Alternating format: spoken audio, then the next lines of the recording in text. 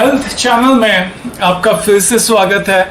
आज हम फिर से एक क्लासिकल आयुर्वेदिक मेडिसिन वासारिष्ट या फिर वासकासव पे ये वीडियो कर रहे हैं। जैसे कि मैंने पिछले एपिसोड में ही बताया था, वासारिष्ट कहिए या वासकासव कहिए, इनमें बहुत ज़्यादा फर्क नहीं होता है। फर्क आरिष्ट और आसव में ये होता है कि जहाँ पे आरिष्ट में क्वाथ बना करके डाला जाता है, वहाँ पे आसव में जड़ी बूटियाँ वैसी की वैसी पाउडर्ड फॉर्म में डाली जाती है। यही फर्क होता है। दोनों के इंग्रेडिएंट्स में कोई फर्क नहीं होता है, उतनी ही जड़ी बूटियाँ दोनों में डलती हैं।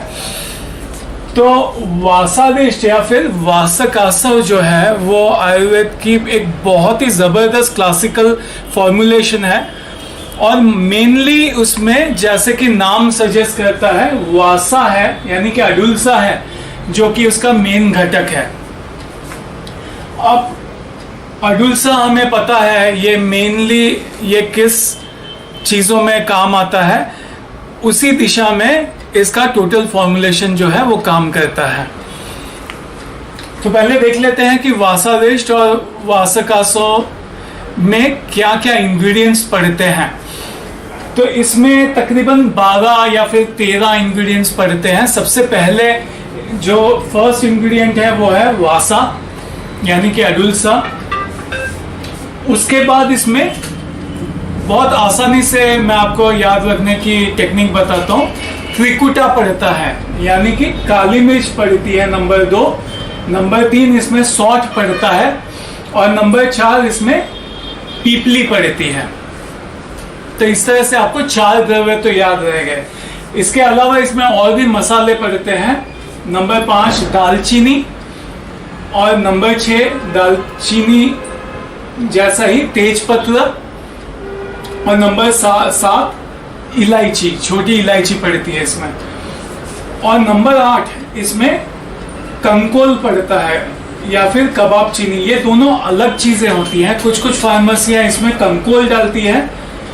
ये हिमालयन एक हर्ब होता है, काली मिर्च जैसे ही नजर आता है, कबाब चीनी भी वैसे ही नजर आता है, लेकिन ये कंकोल थोड़ा ज्यादा काला होता है, जबकि कबाब चीनी थोड़ा सा येलोइश दिखने में होता है। दोनों के गुणधर्म जो है वो तकरीबन सेम होते हैं। इसलिए कुछ फार्मेसियां जो शुद्ध वासारिष्ट बनाती है वो कंकोल डालेंगी, लेकिन कुछ हैं जो इसमें कबाब चीनी डाल करके भी काम चलाती हैं। इसके अलावा इसमें नंबर 9 नागकेसर पड़ता है। ये भी एक आपको पता ही होगा, एक पेड़ होता है मध्यम आकार का जिसमें सफेद फूल लगते हैं, बड़े सुंदर फूल होते हैं और उसमें जो पराग होता है उसका और जो स्टैमेंस होते हैं वो येलो कलर के होते हैं। और ये फूल इसमें यूज होता है, इसका कोमल फूल यूज होता है, कलियां यूज होती है एक मसाले की तरह। वो नागकेसर होता है। ये आसानी से आपको दुकानों में मिल जाएगा अगर नागकेसर ढूंढेंगे तो। ये मसाले की तरह भी इस्तेमाल किया जाता है, स्पेशली साउथ में। इसके अलावा इसमें घास पड़ती है, खस घास, नंबर 10। इसके अलावा हर एक आसव आरिष्ट में गाय के फूल और गुड़ तो पड़ता ही है। कुछ कुछ फार्मेसियां इसमें और इस फॉर्मुलेशन में और सुगंधवला भी डाल देती है, या फिर एक और जड़ी बूटी जिसका नाम है रेणुका, वो भी कभी कभी कुछ कुछ फार्मेसियां डालती है। तो बेसिकली ये इसका फॉर्मुलेशन है। अब वासारिष्ट या फिर वासकासव जो है वो, जैसे कि हम सभी जानते हैं, सर्दी में, खांसी में और बुखार में ये बड़ा ही अच्छा काम करता है। और खास करके मैंने ये बच्चों पे भी काफ़ी इसका इस्तेमाल किया है। क्या होता है कि जड़ी बूटियाँ हम लोग बड़े जो होते हैं, वो सर्दी हो जाए या फिर खांसी बुखार हो जाए, हम चाहे वो कड़वी हो चीज़ें तो भी हम लोग उसका सेवन कर लेते हैं, लेकिन बच्चों को मैंने ऑब्जर्व किया था कि जड़ी बूटियाँ देना बड़ा मुश्किल हो जाता है। तो मैंने पर्सनली मेरे बच्चों को वासारिष्ट दिया जब भी सर्दी के पहले लक्षण होते हैं या फिर खांसी के बुखार के जैसे ही ऑनसेट होता है, जैसे ही शुरुआत होती है, तुरंत अगर वासावेस्ट दिया जाए तो कमाल का फायदा होता है। 1 या 2 दिन में ही वो ठीक हो जाते हैं। और सर्दी शुरू हो जाए, खांसी शुरू हो जाए, तभी अगर दें तो बुखार आता ही नहीं है, या फिर बुखार भी आया हो तभी भी, जब भी मैंने सर्दी खांसी बुखार में बच्चों में वासादेश दिया है, मैंने 1.5 चम्मच जैसा दिया है 5 से ऊपर के बच्चों में, 5 साल के ऊपर के बच्चों में।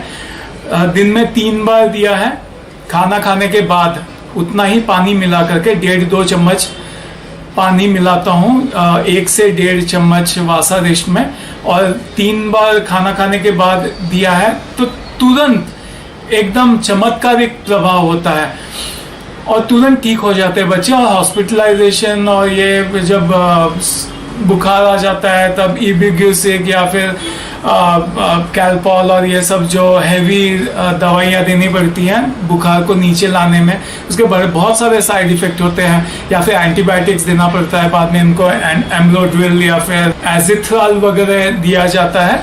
ऐसे में ये सब एंटीबायोटिक्स बड़ी हानिकारक है और उन्हें देने की जरूरत नहीं पड़ती है। अगर मैंने बताया इस तरह से अगर छोटे बच्चों को देते हैं तो बड़े कमाल का चमत्कारिक प्रभाव मैंने देखा है।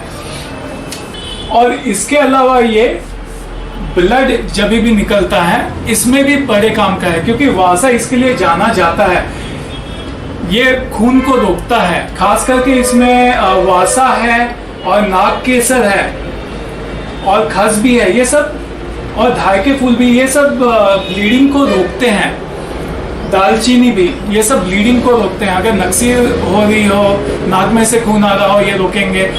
महिलाओं को ये अगर ज्यादा ओवर ब्लीडिंग हो रहा हो मेंसेस में, वो भी रुक जाता है। और भी कहीं शरीर में खून ज्यादा अगर निकल रहा है, ऐसे में भी वासादेश देने से बहुत जबरदस्त लाभ होता है। या फिर खांसते टाइम काफी बार खांसी के साथ साथ ब्लड निकलता है, या फिर खून की कभी कभी उल्टियां हो जाती है, इसमें भी वासादेश बहुत ही अच्छा काम करता है। इसके अलावा ये स्वेलिंग में बहुत ही अच्छा काम करता है। कहीं पे भी सूजन अगर होती है उसमें भी अगर ये लिया जाए बहुत ही जबरदस्त लाभ होता है।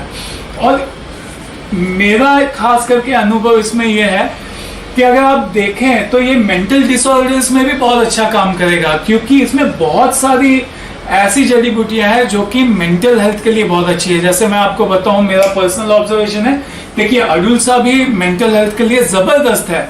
इसके अलावा पीपली भी, पीपली का भी मेंटल डिसऑर्डर्स में नस्य लिया जाता है, सेवन किया जाता है, उससे मेंटल डिसऑर्डर्स ठीक होते हैं। इसके अलावा दालचीनी भी मेंटल डिसऑर्डर्स के लिए बहुत अच्छा है, या फिर छोटी इलायची भी मेंटल डिसऑर्डर्स के लिए बहुत अच्छा है, या फिर नाग केसर भी हर तरह के मेंटल डिसऑर्डर्स में बहुत अच्छा काम करता है। खस भी मेंटल डिसऑर्डर्स में बहुत अच्छा काम करता है। तो मेरा ये पर्सनल ऑब्जर्वेशन है इस कॉन्स्टिट्यूशन को लेकर के कि अगर किसी को स्ट्रेस को लेकर के या किसी भी तरह का मेंटल प्रॉब्लम है, इसमें भी आप वासादेश अगर आप दें तो आपको बहुत कमाल के प्रभाव इसमें प्राप्त होंगे, बेनिफिट प्राप्त होंगे। तो ये मेरा एनालिसिस था वासादेश या फिर वासकासव को लेकर के। अगर आपको ये वीडियो पसंद आया तो इसे लाइक कीजिए, और अगर आपने हेल्थ चैनल को अभी तक सब्सक्राइब नहीं किया है तो सब्सक्राइब कर लीजिए। अगले एपिसोड तक विशाल साठे को दीजिए इजाजत। बाय।